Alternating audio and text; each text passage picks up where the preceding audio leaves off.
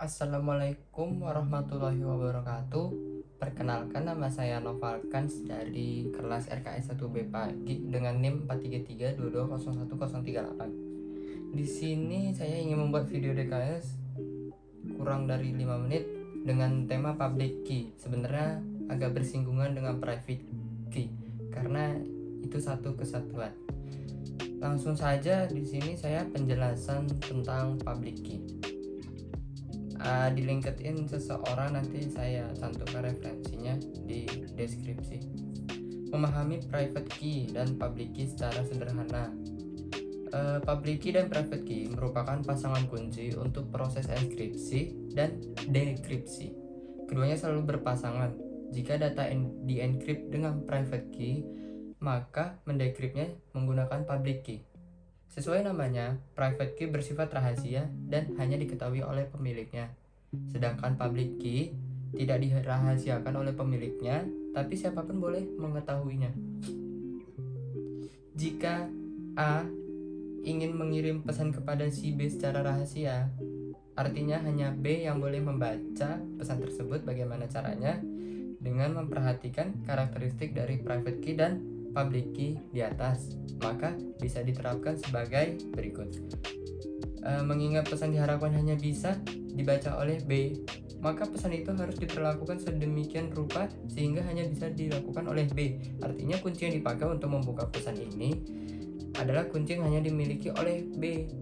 Apa itu? Tentu saja kuncinya yang disebut private key B.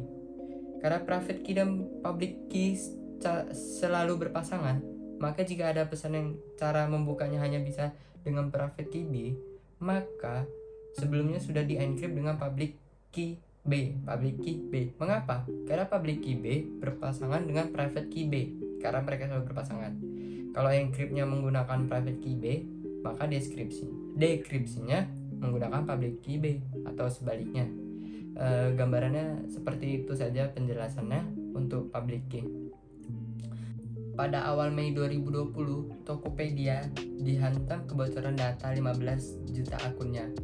Akun yang membocorkan juga menginfokan memiliki dan akan menjual 91 juta data pengguna Tokopedia.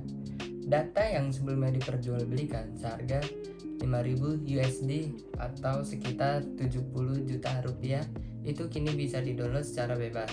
Artikel ini diterbitkan pada Juli tanggal 5, 2020. Maka saya akan cantumkan referensinya di kolom deskripsi. Untuk dampak, sebenarnya dampak ini bisa berbagai macam dampak, tapi yang pasti kebanyakan kebocoran data. Karena kebanyakan di dalam dunia cyber itu yang diambil adalah data.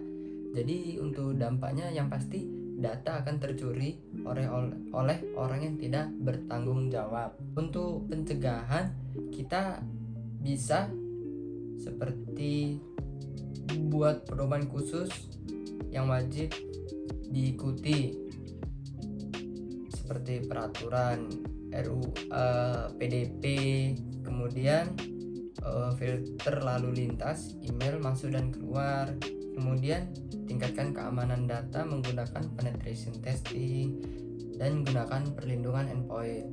Terkhusus public key dan private key ini, saran saya untuk private key hanya kita saja yang memegang kunci tersebut atau orang yang kita percayakan, karena private key itu bersifat pribadi, private, dan public key sebenarnya bisa diakses oleh semua orang, namun pasti selalu berpasangan dengan private key. Maka untuk key ini tidak sembarang orang bisa mengakses. Jadi pastikan untuk public key dan private key kalian hanya kalian yang tahu.